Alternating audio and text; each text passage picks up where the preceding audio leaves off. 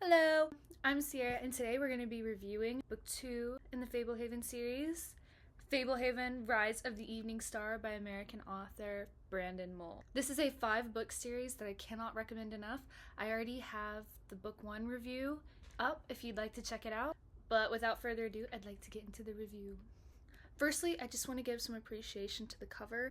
The illustrator for these books is Brandon Dorman. I just really love his style, and I think that this is very cool. However, I just have a little complaint with the cover. I don't understand why the Fog Giant's the cover. He wasn't even...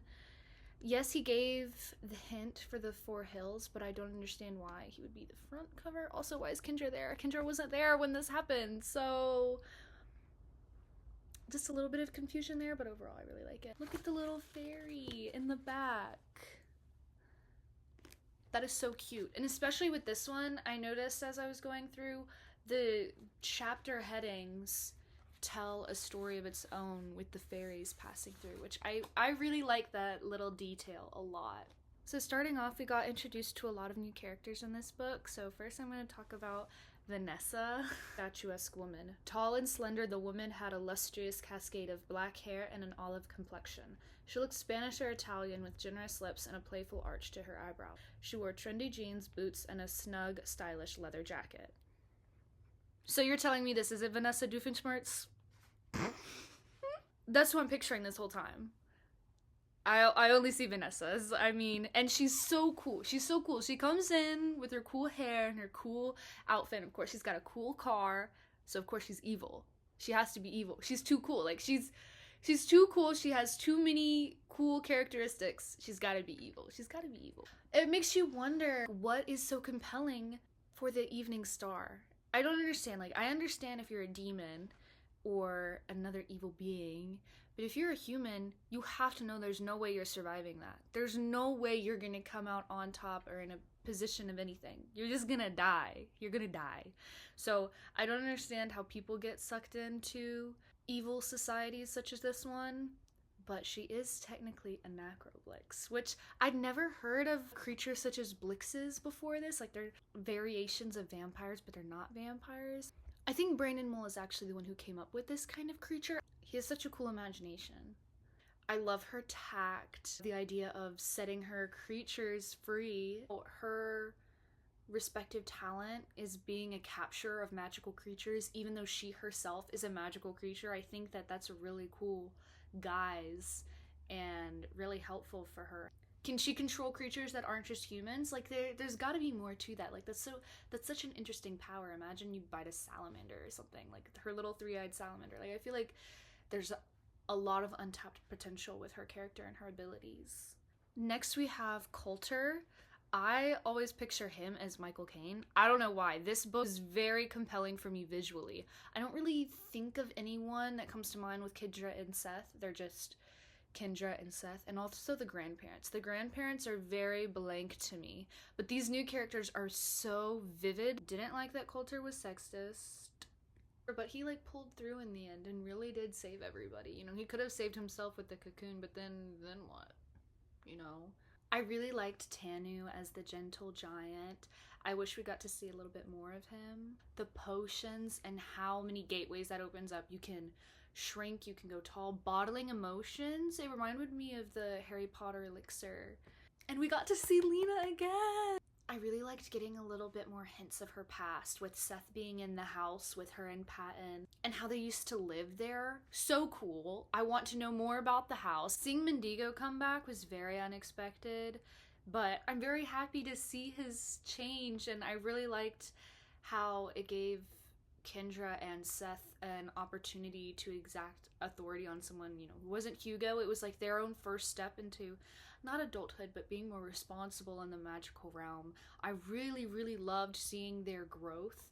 I loved the growth of Kendra's powers, how she can hear all these languages. It's so cool how she just hears it as English, and whenever she speaks it back, she hears it as English, but they hear it as another language. I think that was so cool. I like how she's like glowing. She's this glowing light of fairy magicness and very kind. The first book was very Kendra heavy. This book was a lot more Seth heavy. And I really like how they're They're kind of yin and yang siblings, being responsible and being reckless, going towards the light, going towards the dark.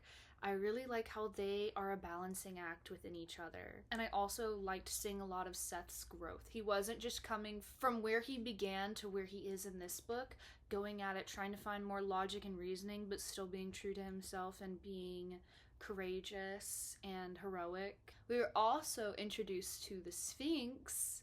You meet this immortal-esque being, and you have questions, and he's so elusive to the point of just why. It makes you very curious. He's very much the guardian trope you see in a lot of stories, where they give very vague advice and they're not there when you need them most. There's definitely more to him. In all of the interactions, it was more about the magic or what he told them versus gleaning any information about him himself. He says he's an anachronism, a holdover from long forgotten times. His writing style is so enriching. Whenever Kendra was like drinking the cream soda with the Sphinx, I wanted one so bad. The way he described it, I was like, It was reminded me of the butterbeer at Universal, and I was like, I need it. I want to drink some so bad. Or get like a float. It sounded so delicious. I loved seeing Hugo's development and him getting his own will and being able to make more of his own decisions. When Kendra asked him to point out his favorite flower and he already had one in mind and he was able to point it out, that was so like, I liked getting properly introduced to the silver-haired fairy Shiara. I liked seeing a fairy with a little bit more personality than just vanity. I want to see more of the original house and where they used to live, how they used to have a whole town full of people, and now it was limited to just the grandparents and Lena, and then they had these 3 prospects. You know, I want to see what Fablehaven looked like in its highest point of glory. And we finally get introduced to Warren. I love Warren so much. I always picture him as Sam Claflin. Specifically him as Finnick Odair in the Hunger Games. Just albino.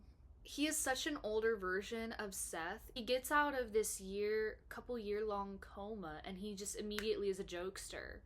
He's immediately into the sarcasm, the wit, and the charm and charisma, and he's just like, yeah, let's just go get it. Let's do it. Like, so sassy. But it just brings me into the frustration again of, you know, if no one can get past the scary man of fear, why are you going to the scary man of fear?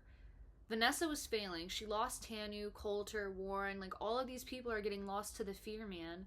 If this thing is that well protected, why are you going to take down the best defense? I never understand the logic with that. Oh, they want to find this, let's just get it first. How do you think you're going to protect it more than a man made of fear? You're going to take the artifact and then you're what? You're just going to keep it in the house? Like, how is that going to be more protected than with the fear man?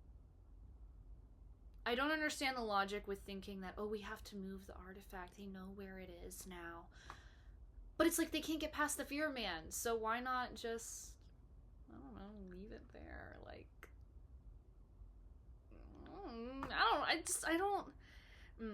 A revenant is a person who has returned, especially supposedly from the dead. So it makes you wonder who this revenant was. Was he always a fear-inducing man, or was this like a curse? Was he willfully placed there to guard the artifact, or was this like a prison for him? He seemed happy when the nail was removed. You know, did he like inflicting pain, or was he wanting to be freed this whole time? Like, was this a punishment for guarding the artifact? How did Coulter know that it was in the nail? How did he know to remove the nail? Was the nail the fear-inducing thing? The fact that Kendra couldn't see the nail once Seth took it out?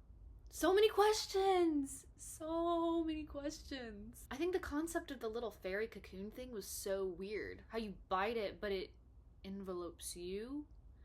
So weird. Seeing Kendra in school and having the magic in her school definitely brought more of a realness level to her and Seth, because yes, everything they experienced in Fablehaven was real, but they just had a year in the real world in school not experiencing magic really whatsoever. So having it affect them like that really brought another level to the whole story. I read through this book a lot faster than the first part, especially the like last little tidbit right here. Whew!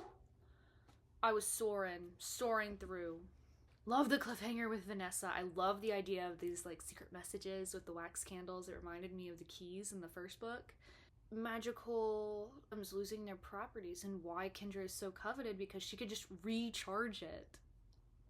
She's a walking battery. I love the Hydra cat. So cool how it had like serpents and then wings, and then it was basically unbeatable. The only reason it was beat because they worked together, and they could have just left it there. I mean, it all worked out in the end because they got to heal everyone with the gold dust, but then you just handed it to the Sphinx. And something just doesn't add up with him. He's an immortal being. Like, sure, he wants to preserve magic because he came from a time when magic was more prevalent, but don't you think he would be doing more for the preserves rather than just running away all the time?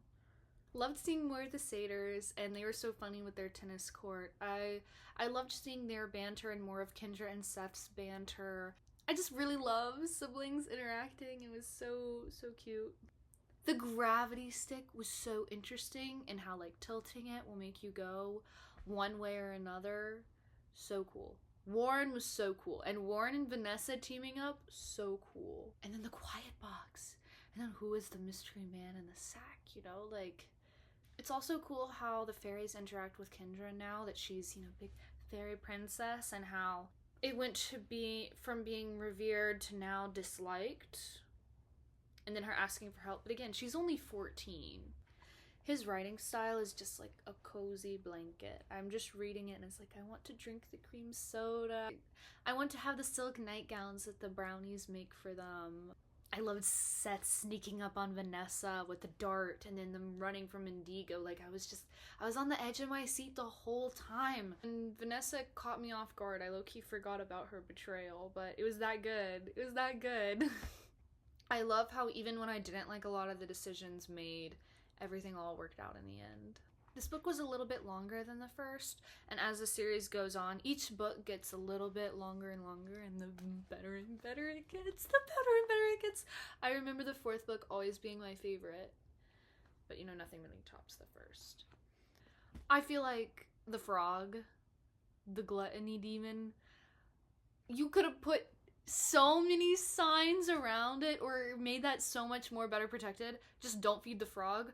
Don't feed the frog, or else he will turn into a demon and eat you. I feel like would have been a better sign to put up. Or how Errol was like, yeah, you know, Blixes are so rare and there's one just right down the street, you know? It was very too easy, too set up. Errol obviously couldn't be trusted from the start, but it's like, what are you supposed to do if you can't contact anybody? I hate that the cocoon came from a fairy, but like low-key, I wish that I could do that every time I got stressed out or scared. I could just bite down and then poof. What did it look like from the outside? And what are they gonna, how are they gonna move the frog once he becomes a statue in the middle of the woods? They're just gonna leave him there? I love the whole end sequence with Warren and Kendra and fighting to get the key and marking the quicksand, and how smart Warren is and how cool Warren is, and just, Warren. Love the fast pace, love the action. One of the few times I'm actually digging a cliffhanger because I'm just like, it's so good, it's so good. It's so good. So that's all for my review of Fablehaven, Rise of the Evening Star. I hope y'all enjoyed, and I'll see you in the next one.